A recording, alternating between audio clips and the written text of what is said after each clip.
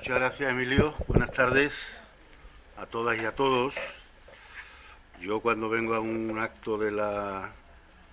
Federación, cuando se me invita, que es casi siempre que los compañeros tienen oportunidad, pues yo vengo a mi casa. Y como uno viene a su casa, pues tiene que ser prudente y no cansar demasiado a los compañeros. Por tanto, yo voy a ser muy telegráfico, pero al mismo tiempo trasladar algunas cuestiones que el propio Paco Domínguez y Emilio han puesto encima de la mesa, ¿no? Sobre todo porque encuentros de esta naturaleza con compañeros de sindicatos fraternales, sindicatos internacionales, con los que compartimos problemas, luchas, reivindicaciones desde hace muchos años, pues en este momento tienen que ser muy operativos, muy clarificadores, muy de intercambiar experiencias. Yo estaba leyendo el folleto de presentación y habéis puesto que el sistema de relaciones laborales en Europa no es igual en todos los países, es muy disperso, hay elementos comunes, pero lo que sí está siendo y está teniendo un carácter absolutamente común y uniforme es la agresión y la modificación que se está llevando a cabo contra el sistema tradicional de relaciones laborales, la convivencia en el marco de relaciones laborales, el diálogo social y la negociación colectiva. Hay países que lo están haciendo en base a una imposición, a través de unos protocolos que se llaman memorándum de entendimiento, que la Troika, compuesta por el Banco Central Europeo, el Fondo Monetario Internacional y la Comisión Europea, impone a los países que son objeto de rescate, como Grecia, Irlanda y Portugal, y hay, sin embargo, otros países que no están en fase de rescate, pero que entusiásticamente también está llevando adelante ese tipo de iniciativas que sí están armonizando no el sistema de relaciones laborales, sí los criterios para el desmantelamiento del sistema de relaciones laborales o del mercado de trabajo en Europa. Claro, uno podría decir, bueno, se hace con las mejores intenciones de superar la crisis, situaciones económicas, de recuperación, de empleo, pero cuando uno recientemente, ayer, oye que en la zona euro el desempleo, a pesar de todos esos sacrificios, de todo ese dolor de los países y de las personas, ha crecido el 1% y se ha situado en el 11%, que en solo un año, el que va de 2010 a 2011, los pobres en Europa han pasado de 100 a 140 millones, 40 millones más, y todavía falta por conocer el dato del 2012, pues uno tiene que cuando menos ponerse en prevención y cuestionar algunas de estas bondadosas políticas que a través de la austeridad y el sacrificio pretenden plantearnos que vamos a salir de la crisis. Después de la caída de Lehman Brothers, que empieza la espiral por el comportamiento irresponsable del sector financiero de la crisis económica, hay algunas iniciativas institucionales que ya previenen en cuanto a que la crisis económica no debería de ser excusa para desmantelar el sistema de convivencia que existe a través de las relaciones laborales, los derechos sociales y los derechos ciudadanos. Así se manifestó el propio G20 cuando empieza a reunirse después de la crisis, y así lo advierte también la propia OIT. ¿Qué nos hemos encontrado desde entonces hasta aquí? Pues desde entonces hasta aquí nos hemos encontrado, y me pedíais opinión en relación al ámbito europeo, con unas iniciativas perfectamente armonizadas, y eso es un desafío que tenemos que contestar los sindicatos, y al final hablaré de la necesidad de armonización de la propia iniciativa sindical, con iniciativas que van hacia la modificación de las leyes y los códigos laborales, la desregulación de las relaciones laborales y la puesta en cuestión del propio diálogo social y la negociación colectiva. Con un discurso que pretende asegurarnos que vamos a salir de la crisis, lo que se imponen son disposiciones más flexibles, rebaja de las normas mínimas y desregulación de los derechos laborales. Algunos países como España cierran más el círculo, cuestionan el derecho individual del trabajo, recortan la representación colectiva y al final recortan también las posibilidades de amparo a la tutela judicial. Y además estos recortes laborales se sitúan en un contexto perfectamente orquestado desde una perspectiva ideológica mucho más global. Si no estamos en una dialéctica empresarios, sindicatos o empresarios trabajadores para cuestionar solo las relaciones laborales, sino que esto está perfectamente ubicado en un contexto de ofensiva ideológica donde, además de la política de recortes laborales, se recorta la protección y las prestaciones sociales en asistencia social, se recortan los servicios públicos y se recuperan principios ideológicos totalmente conservadores, que tendrán que ver con la crisis, cuestionar el derecho al aborto, poner en cuestión la posibilidad de, como ha hecho el gobierno español, sancionar a las empresas contaminantes, llevar hasta último extremo la posibilidad de impugnación del matrimonio igualitario, el matrimonio homosexual, o la igualdad de acceso a la escolaridad, la igualdad de la educación o las prestaciones sanitarias. Esa acción se está estructurando fundamentalmente en cuanto a las relaciones laborales, porque para eso me habéis pedido que lo oriente, y José Mari situará el contexto en un análisis más global de la dimensión europea, en cuatro elementos que afectan directamente a las relaciones laborales, y uno que tiene una dimensión verdaderamente preocupante en cuanto a la propia repercusión de la calidad democrática y el valor de la democracia en Europa y en los distintos países. Los cuatro elementos o los cuatro sectores donde se está actuando son, el primer lugar, y sin un orden que perfectamente podríamos cambiar porque está perfectamente estructurado y armonizado, en primer lugar los cambios en la jornada laboral, los cambios en la contratación, en los despidos y en la estructura y los procesos de relaciones laborales a través del diálogo social y la negociación colectiva. Y además, estas acciones, que tienen un marcado carácter laboral, no solamente están condicionando a las personas, a los ciudadanos, a los trabajadores en su condición de trabajadores en el puesto de trabajo. Le está afectando a su situación individual, a la calidad de las propias condiciones de trabajo y a la situación social en la que se van a encontrar los propios trabajadores como ciudadanos, implicando al conjunto de sus familias. Y finalmente una quinta realidad,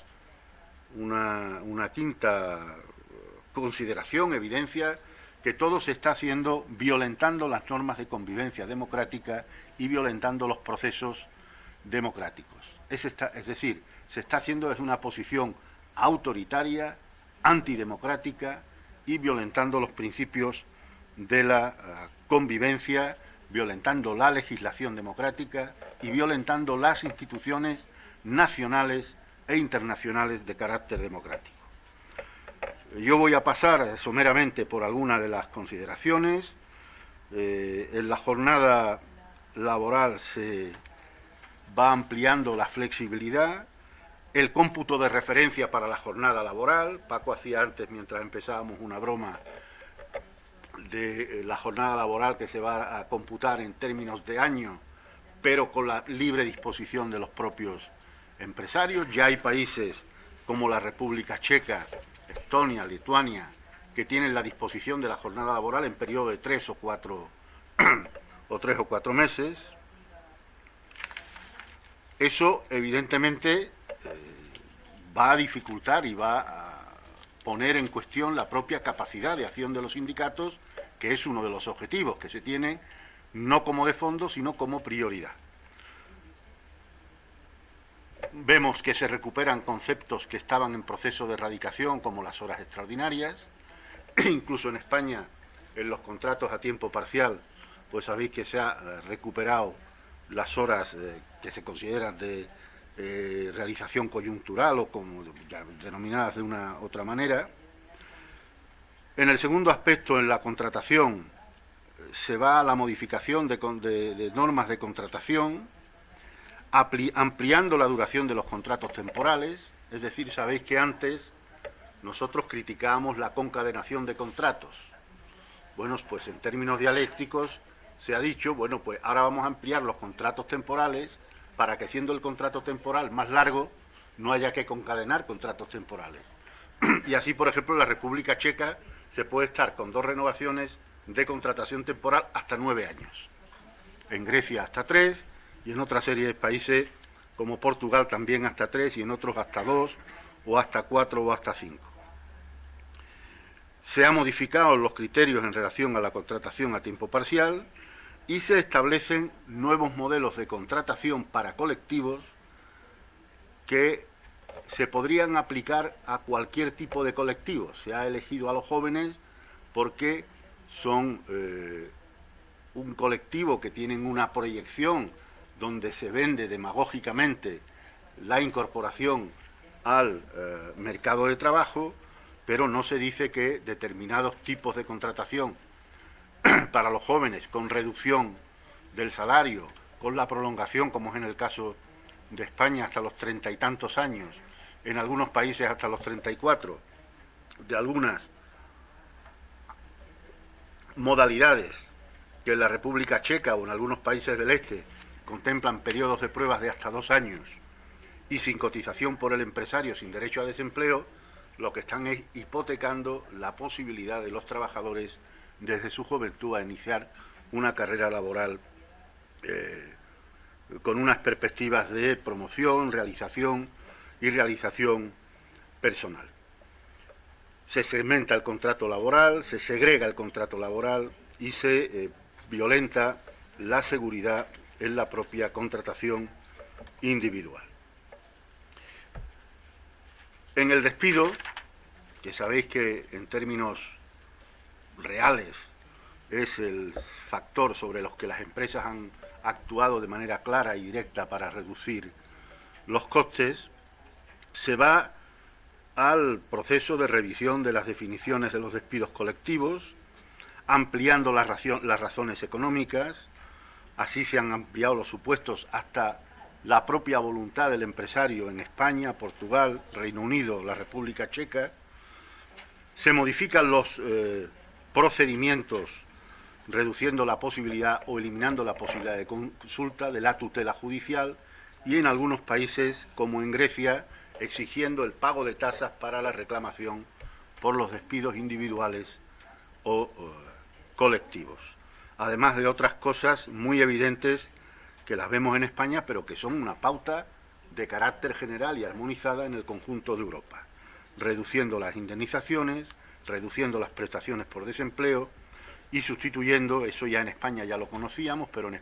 en países como Italia recientemente, sustituyendo la posibilidad de readmisión en caso de despido improcedente por una indemnización. Y hay algunas sofisticaciones, como en el caso de Portugal, donde se establece un fondo público, que se llama Fondo Público de Compensación de Empleados, donde se ayuda a los empresarios a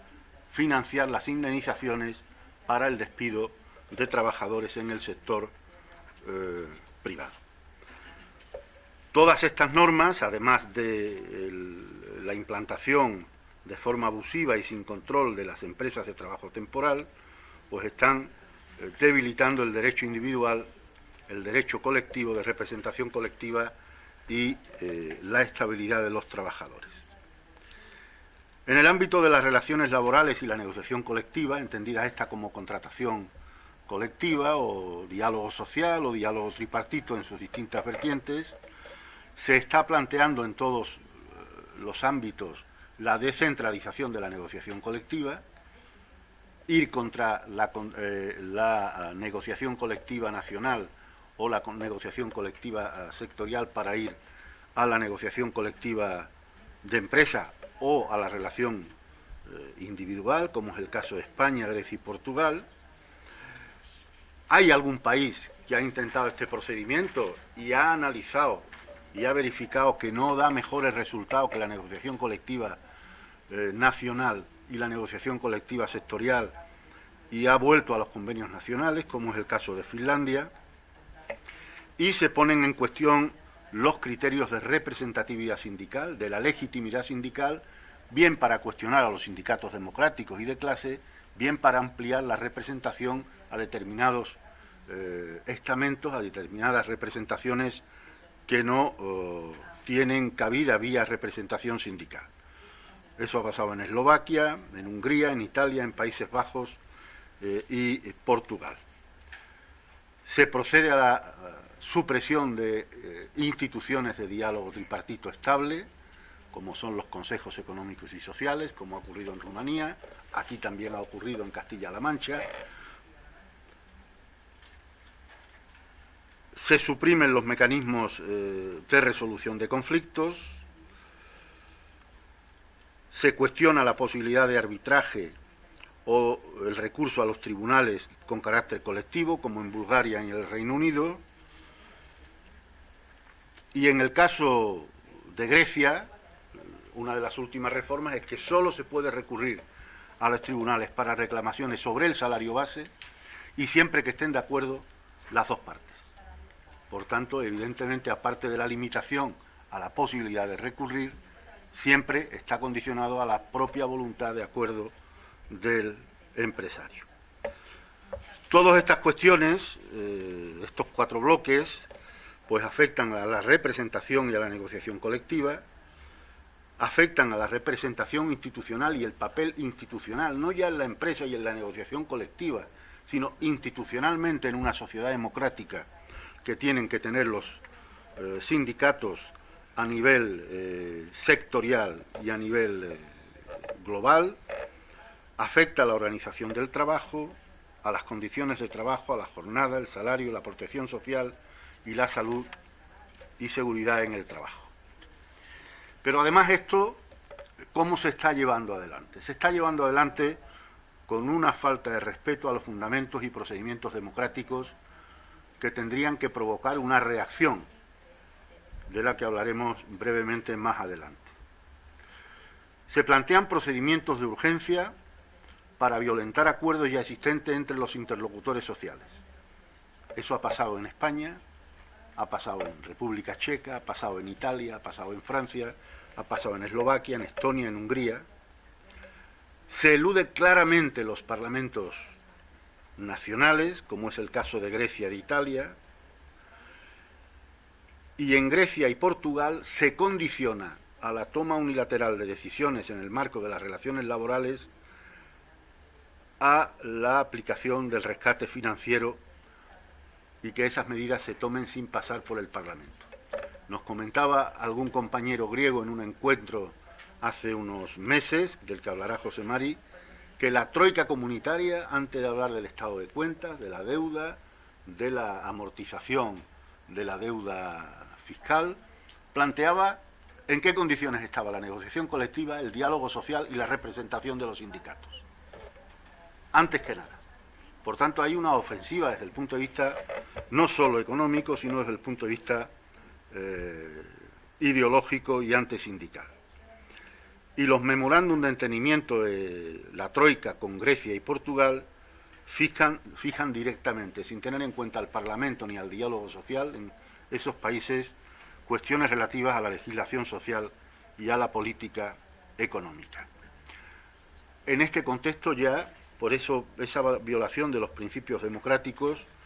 tienen quejas en la OIT y el Consejo de Europa, la propia Grecia y España. Esto no solamente viola los principios de funcionamiento democrático de sociedades que han sido tradicionalmente democráticas, como las sociedades europeas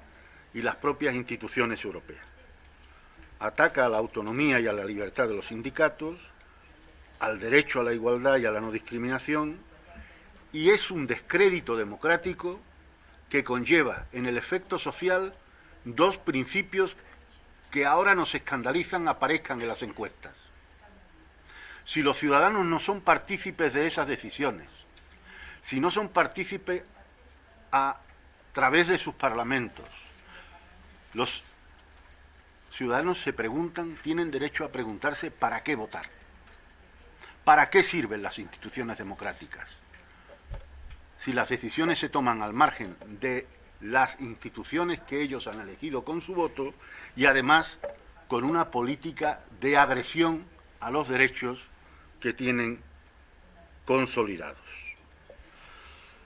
En definitiva, compañeras y compañeros, frente a ese descrédito democrático de las instituciones democráticas, hay una agresión a tres principios o tres conceptos que son clave para el trabajo en la Unión Europea, que es el contexto en el que hablamos. Se atenta contra el trabajo digno que ha defendido la Unión Europea, contra el principio del trabajo decente que ha defendido y en su propia agenda como tal la Organización Internacional del Trabajo, y se atenta contra el modelo social europeo que se pretende desmantelar. Frente a ello, y acabo, porque en estos contextos ya a uno le enseñan o uno se asume y se aplica que a las reuniones hay que venir ya llorado de casa. Por tanto, esto no es un llanto, es una constatación y uno tiene que reaccionar de alguna manera aportando algunos elementos de propuesta, ¿no?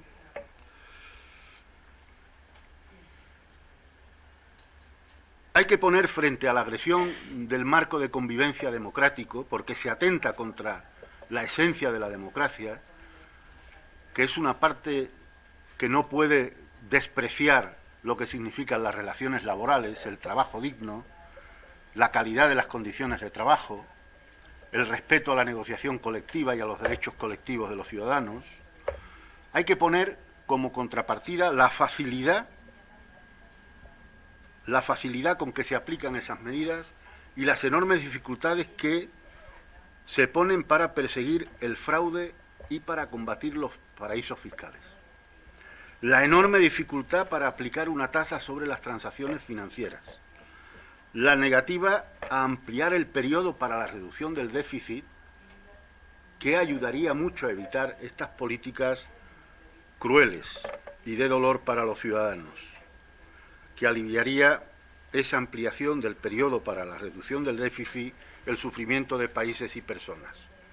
Y al mismo tiempo lo fácil que es otorgar billones de pesetas a la banca,